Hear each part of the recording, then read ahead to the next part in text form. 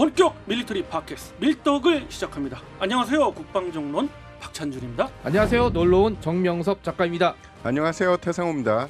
네, 이렇게 밀떡이 시작됐습니다. 이번 시간 밀떡 좀 새로운 곳에서 시작을 하죠.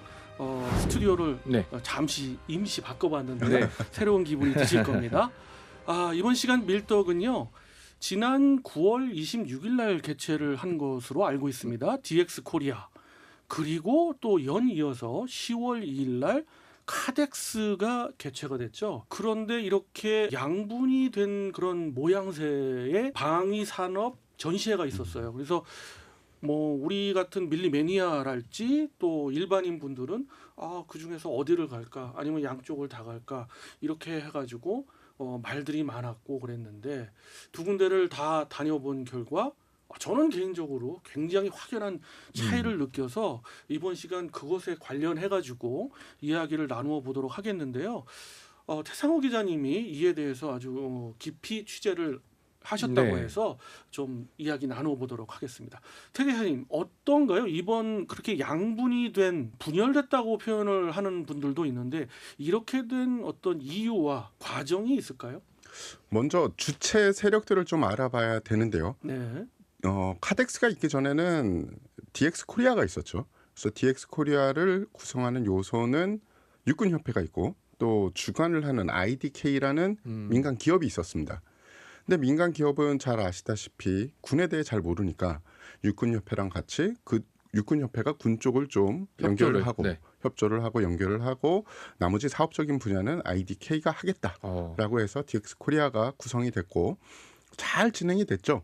그래서 마지막 DX 코리아까지는 아주 성공적으로 됐다라는 이야기가 많이 나왔습니다. 그렇습니다. 특히 재작년 DX 코리아 이게 2년마다 하죠. 재작년 DX 코리아는 정말 볼거리가 많았고 야외에 어떤 전시되어 있는 그런 무기 체계도 상당히 좋았고 또 지상 장비인데 미군하고 비교를 할 수 있는 그런 눈으로 또 볼 수 있고 또 대화도 많이 나눌 수 있는 그런 장소 또 그런 공간이기도 해서 굉장히 성황리에 끝이 났어요. 그렇죠. 장비도 실제로 탑승해 볼 수 있었고 그 다음에 가보니까 전국에 숨어있던 밀떡들이 다 오셔갖고 서로 교류도 하고. 그렇습니다. 그리고 킨텍스에서 했기 때문에 킨텍스의 전시관 3군데 정도를 전부 빌려서 했기 때문에 굉장히 많은 업체들 다양하게 볼 수 있었던 걸로 제가 기억을 합니다. 어땠습니까 이번에? 일단은 DX 코리아는 저는 아쉽게도 못 갔습니다. 제가 외부적인 일정이 있어서 DX 코리아는 못 갔고 그 카덱스는 갔다 왔는데 일단 좀 더 그 중간에 어떤 일이 벌어졌는지에 대해서 부연 설명을 더 드려야 될 것 같아요. 이 굉장히 복잡한 제가 취재하면서 최근에 취재한 것 중에 제일 복잡한 사건 중에 하나입니다. 근데 또 복잡한 거를 간단하면서도 정확하게 보도해 주시고 취재해 주시는 우리 태 기자님 믿습니다. 그럼 한번 설명 주시죠. 그래서 위원님께서 말씀하신 마지막 성공적인 DX 코리아가 어떻게 보면 좀 독이 됐어요.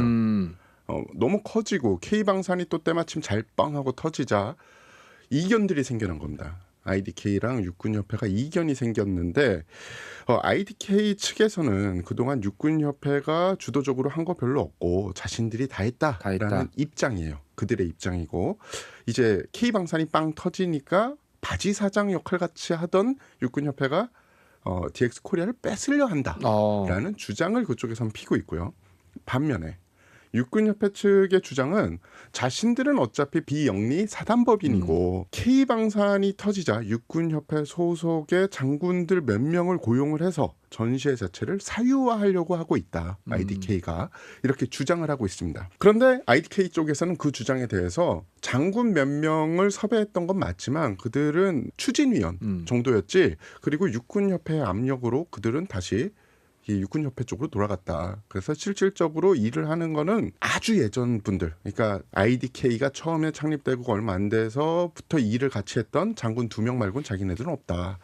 이 정도로 요 조그만한 장군이 글로 갔다 만다 이것만 해도 벌써 이 정도인데요. 더 복잡한 것들이 있습니다. 2023년에 두 단체 IDK랑 육군협회가 법적 분쟁이 붙어요. 법적 분쟁까지? 예.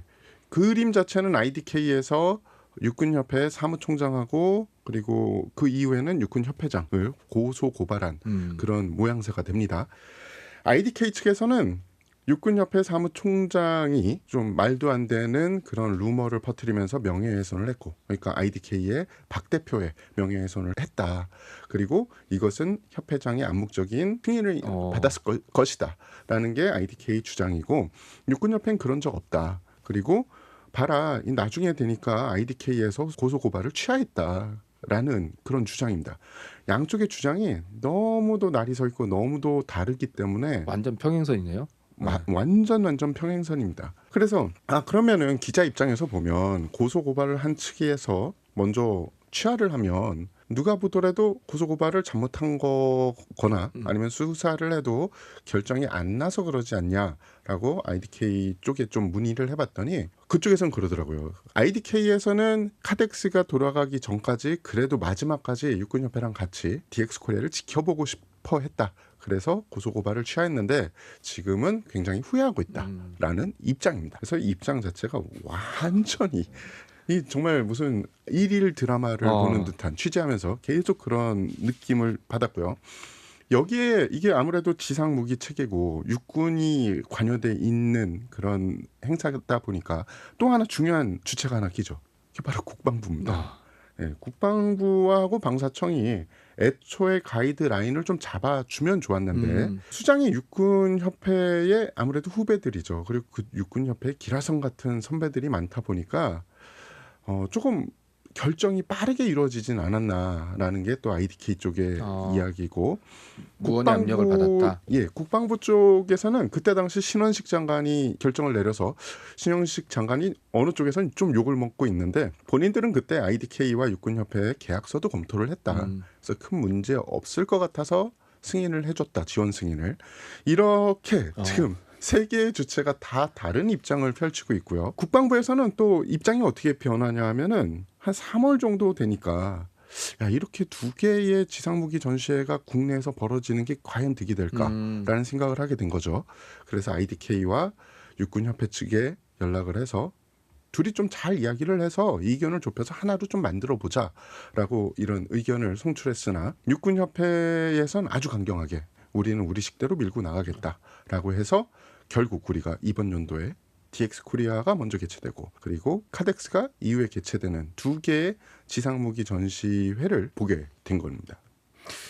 저는 이렇게 생각해요. 이것의 발단에 아주 단순하고도 근본적인 거는 서로의 이득 그 부분만 생각하지 않았나 싶고, 제가 이제 계약서는 보진 않았지만 이제 들은 얘기로 계약서상 10년의 어떤 계약 기간이 끝났다.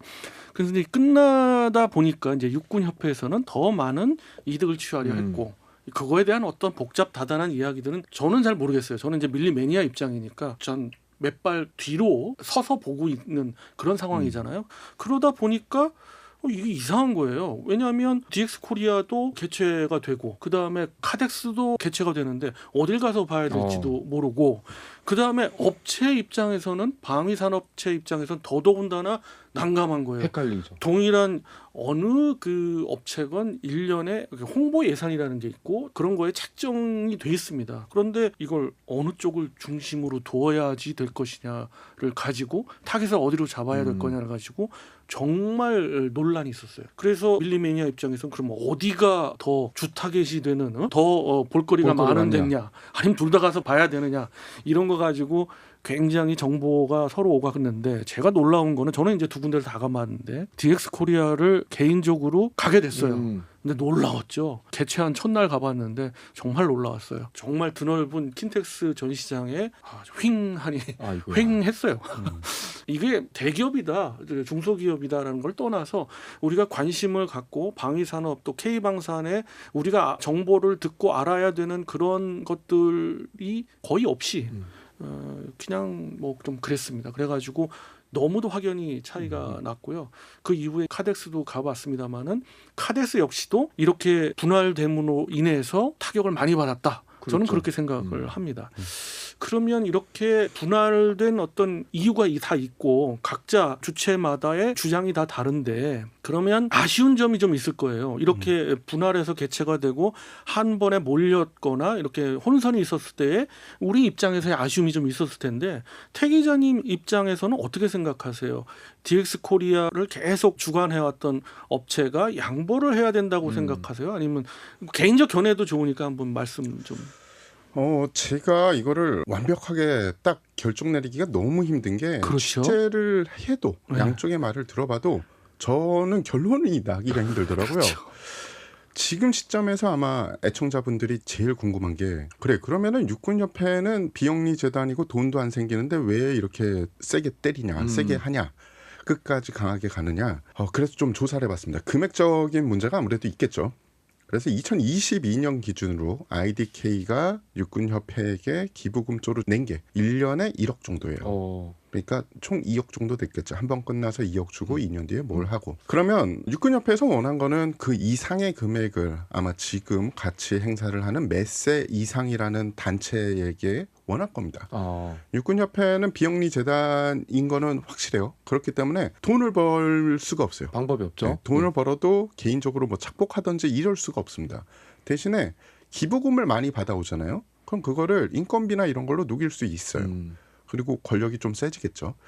이 모든 것의 그림을 보면 저는 이런 생각을 해요. 누가 잘못을 많이 했는지는 아직 확실하게 깨끗하게 드러나진 않았으나 굉장히 복잡한 문제라서 따져봐야 되지만 하나 확실한 거는 두 단체가 자존심을 세우고 있고 특히 육군협회는 아주 세게 자존심을 세우고 있고요. 아쉬울 게 없으니까. 그죠? 예. 그 와중에 국민들 그리고 방산업체들은 이 두 단체가 싸워서 강성이 결정하는 대로 끌려가게 되는 겁니다. 말씀하신 대로 킨텍스 같은 경우에는 국내에 몇 안 되는 전차나 아니면 대형 장비가 실내에 들어가서 전시할 수 있는 하중을 버틸 수 있는 그런 전시장이에요. 국내에 그런 곳이 몇 군데 되지 않습니다.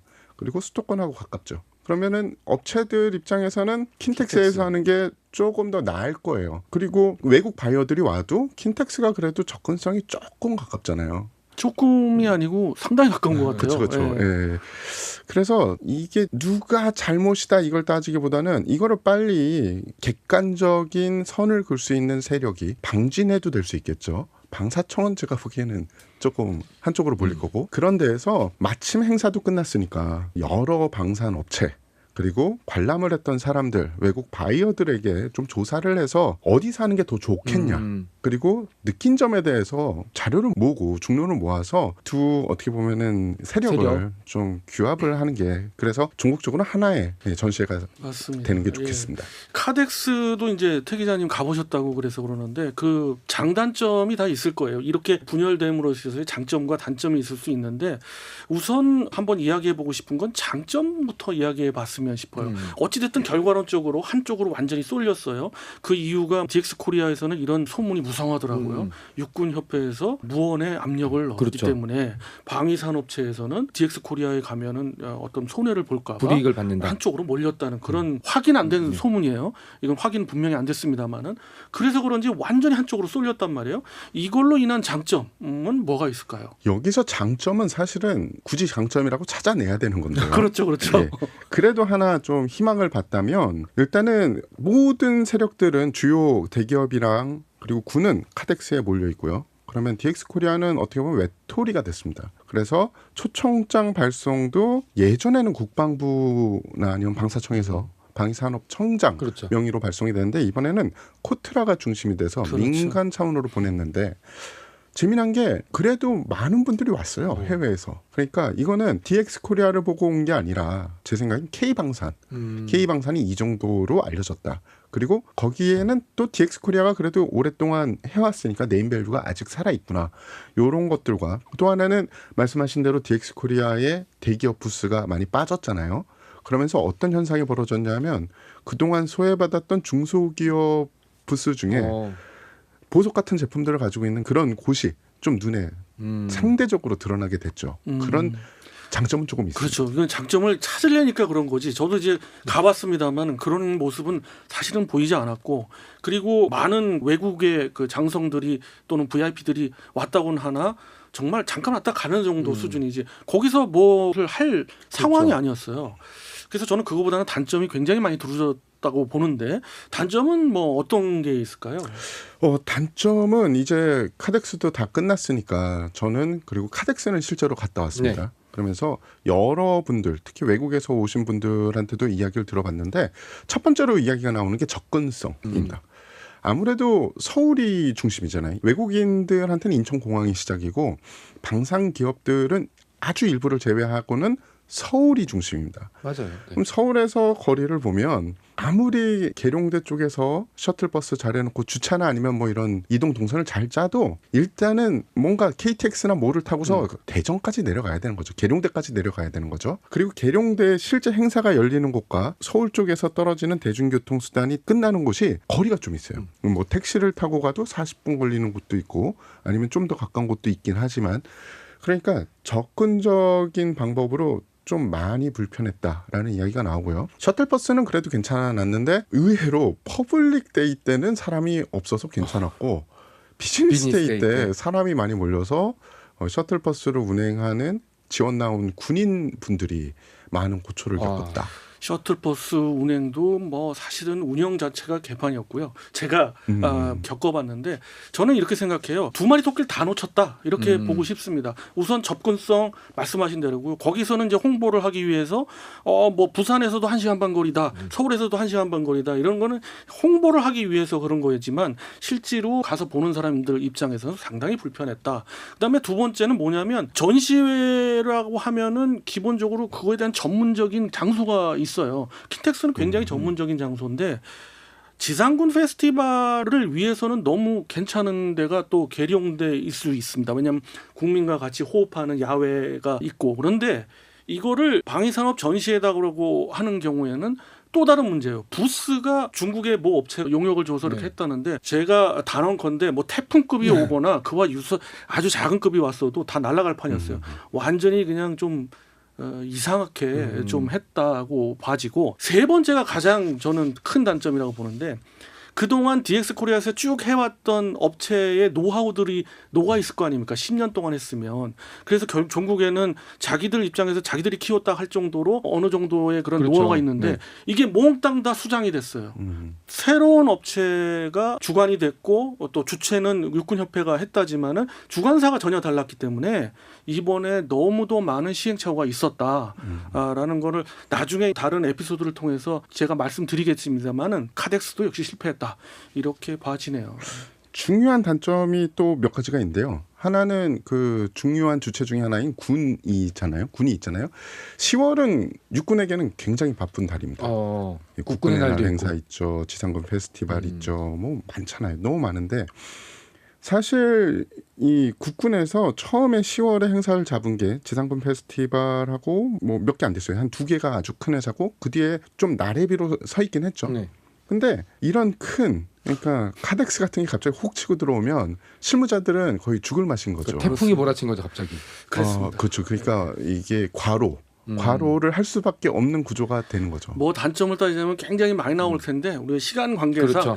요 정도 얘기하고 또 다른 기회에 이런 것들에 대한 어떤 개선할 점 뭐 이런 것도 또 이야기하면서 우리가 또 다른 주제를 갖고 이야기할 기회가 많을 것 같아요. 이번 시간에는 DX 코리아하고 카덱스가 이렇게 분열돼서 나누어졌을 때에 대한 장단점들을 대표적으로 이야기했고 각각 주체들이 주장하는 게 뭔가를 태상호 기자님의 취재를 통해서 알 수 있는 그런 시간이 됐습니다. 이런 것도 한번 귀담아 듣는 것도 그럼요. 좋은 기회가 되고 또 다른 카덱스나 또 다음번에 열릴 DX 코리아에 많은 참조할 점이 되셨을 것 같아요. 그래서 이번 시간에 이런 것들을 한번 알아보는 시간을 가졌고요. 다음 시간에 또 다른 주제 갖고 여러분 찾아뵙도록 하겠습니다. 자, 그럼 여러분 다음 시간까지 안녕히 계십시오.